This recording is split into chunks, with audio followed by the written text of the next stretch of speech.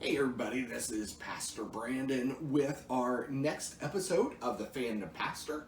If you've been here before, welcome back. If you're just joining us for the first time, so glad you can make it. So remember, if you would, give me a like, give me a share on these, I'd really appreciate it. So this week we start something new. We are doing a whole new series. As much fun as I had with the kaiju, this one's actually almost a little bit more fun just because it's so much more unique. It's so much more different. So this week we start a series on cult films. So a cult film, a cult classic, you may have heard it called. It's a film with a cult following. You know, it's usually something a little more obscure, something a little less mainstream. It's sometimes ironically enjoyed. It's just a far more unique film than would be traditionally shared. And very, very often, it's ones that, when originally released, do not do well. And it's not until later that those films actually become so much more popular. An example might be, how many of you enjoy the film A Christmas Story during Christmas? Well, technically that started out, although it's become more mainstream, that became a cult film because originally when it came out, no, it really did not do well at all. So it's on the edge of being a cult film because it's become very much more mainstream, but that would be kind of that heading, that idea of it. So cult films are really more defined by the audience, the fans, rather than it is about the film itself. So it's just, there are some really fun ones, and what I did was I put out a call on Facebook and asked my friends, hey, what are your favorite cult films? Now, there are far, far more than what I'm going to be sharing in our series here, but we will be looking at a lot of them. And if you have any cult films that you really loved and you want to see how it all connects to God and to our faith, shoot a message to me. Let me know which one you really enjoy, and I'll see what I can do. Now, one of the things is a lot of the cult films are usually maybe a little more dark. So you have a lot of R-rated ones, you have a lot of horror ones, and so I kind of stayed away from those a little bit. There is a couple I'm going to touch on, but just understand that these are not necessarily films for everyone, especially when you're looking at your younger audience. So just be aware of that. All right? So this one was offered up, and if you remember the clue from last time, I asked you to share with me what, or this particular actor playing the title character is also famous for playing a certain cyborg cop. So the actor is Peter Weller, who famously played RoboCop, of course. And the movie we are talking about is The Adventures of Buckaroo Banzai Across the Eighth Dimension. Now, I've linked the trailer below, and so this will give you a chance to take a look at that trailer, see what it's maybe kind of sort of about. So that trailer will either encourage you to watch it or wonder how it became a movie in the first place. I don't know. And that's usually, again, a good sign of a cult film. So it's going to be hard, but I'm going to give you a very, very quick rundown of the film. I will be perfectly honest. I had not watched this until it was offered up as a suggestion, so I went ahead and watched it. It is different. It's not one of my favorites, but I can certainly see the appeal. So, a quick rundown. Buckaroo Banzai is a physicist, a neurosurgeon, a test pilot, and a rock star. And along with his band, the Hong Kong Cavaliers, they are kind of in this battle to the death between the evil red aliens from the 8th dimension and the good black aliens who are there as well. The aliens are led by John Worfen, which all of the red aliens, they're and the black aliens actually are in these camouflage that makes them look human, but all of the red aliens are, their first name is John. That's just something that they even mentioned. But so the bad aliens led by this John Worfen, he's taken over the body of this Italian scientist, Dr. Emilio Lizardo, which I'm not going to say who it is, but you'll recognize who he is very quickly, the actor. Then these aliens are trying to get this thing called the Overthruster back from Buckaroo Banzai. They're trying to steal this Overthruster. But the good aliens are actually, they're good, but they're actually willing to destroy the Earth rather than to let these red aliens get this Overthruster. And so it's how they all kind of pass through and interlink, and it's, let's be honest, it really just scratches the surface of this film.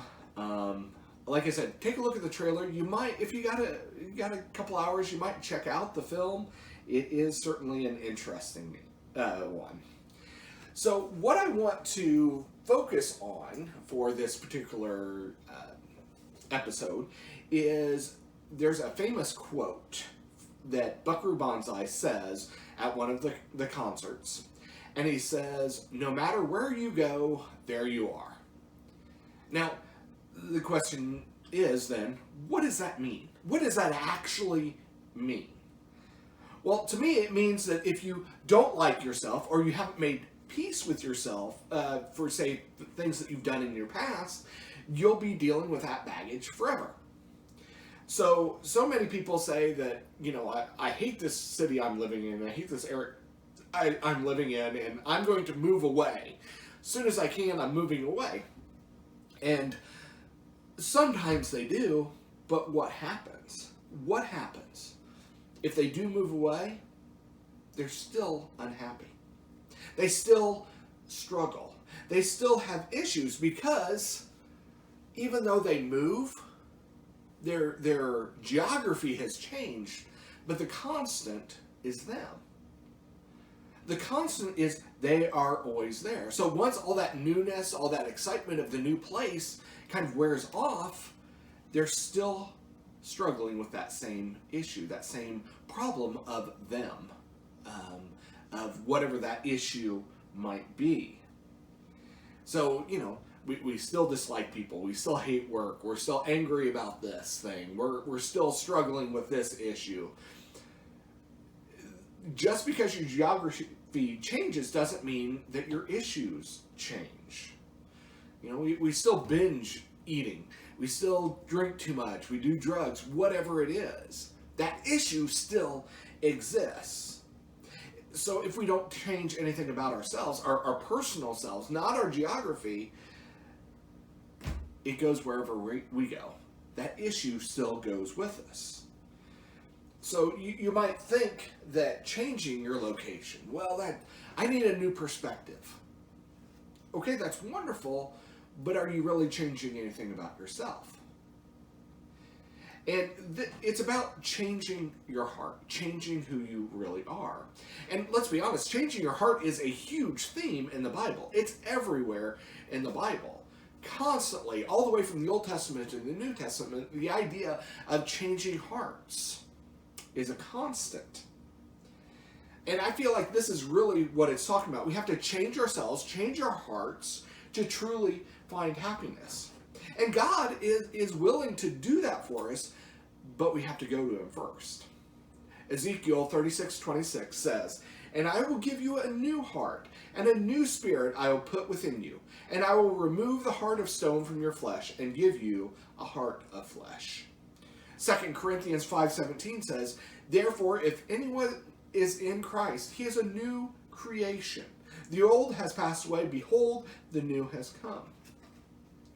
So if you're unhappy with life, It's not your physical life that needs to really change, but your heart.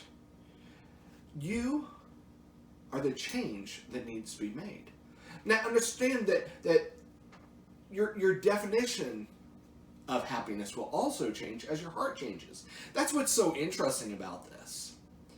That by changing our heart, by going to God and having Him help us change our heart, our whole perspective really does change. You're looking for a new perspective, God changes that. But it's not the outward one necessarily, it's the inward one. And it will change how you see the outward and the physical perspective. It makes us reevaluate. It changes our heart. You know, those things that you thought meant happiness don't really matter anymore. Wealth and material things, they really don't really matter that much anymore. We've replaced that part of the heart, or maybe the whole heart itself, with a new perspective, a new outlook. We look at the people that are around us. We look at our surroundings. We look at everything differently.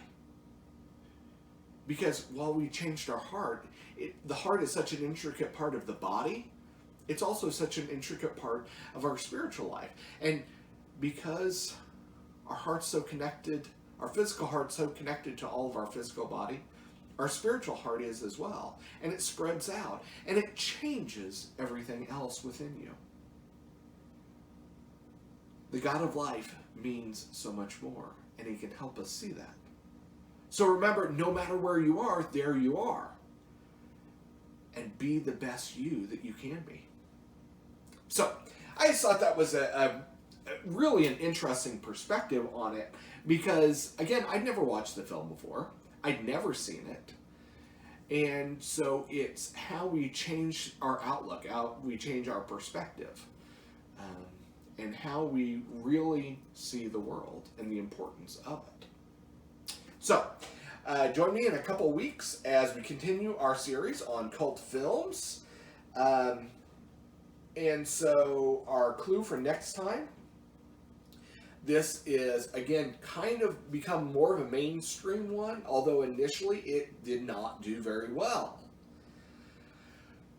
So, my clue for next time is this film helped to redefine what marriage really is. Thanks, God bless, and you all have a great rest of today and the next couple weeks till I see you again.